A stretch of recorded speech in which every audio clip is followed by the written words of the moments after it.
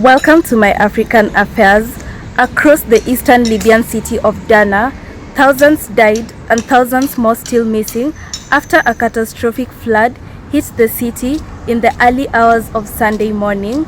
A report by the UN estimates 11,300 people to be dead and 10,100 more people missing in the city alone, and around 170 people were killed by the floods outside the city. An unusual, strong Mediterranean storm caused deadly flooding across towns in eastern Libya, but the worst hit was Derna.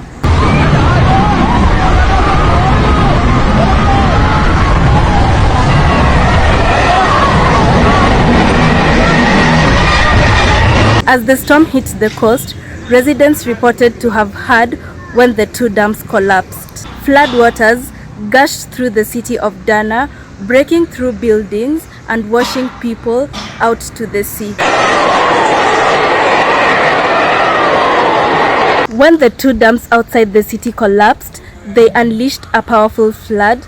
The eastern and western Derna are now separated by a wasteland of destruction running through the city all the way to the Mediterranean. Local volunteers and emergency workers did what they could in the immediate aftermath.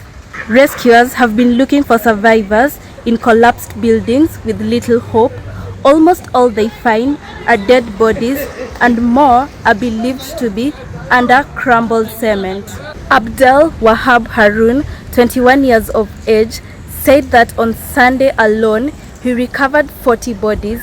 He said that there were dead bodies almost everywhere, including children only a few months old, elderly people, and pregnant women.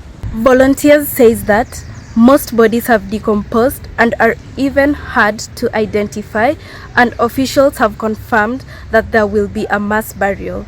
Derna's waterfront has become the main staging area for receiving dead bodies and transporting them for burial in one specific location due to the health hazards of decomposing bodies.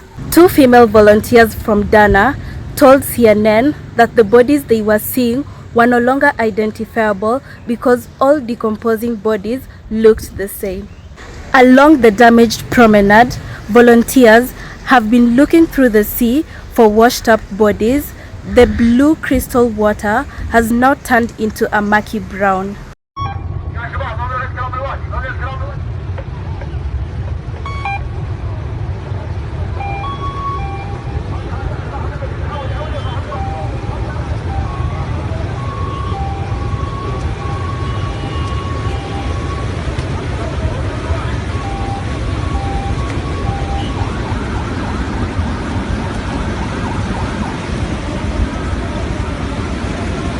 The waves push out the broken furniture to the shore, and wrecked vehicles are still stuck in the sea.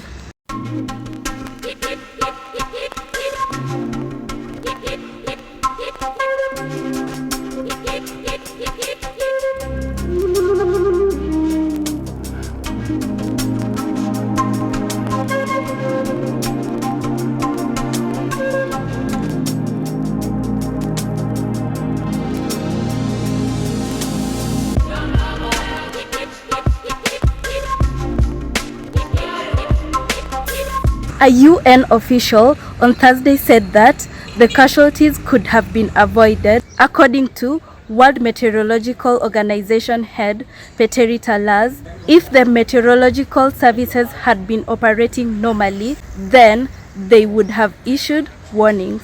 According to WMO, the National Meteorological Center had issued warnings 72 hours before the flooding, notifying government officials through mail and through media.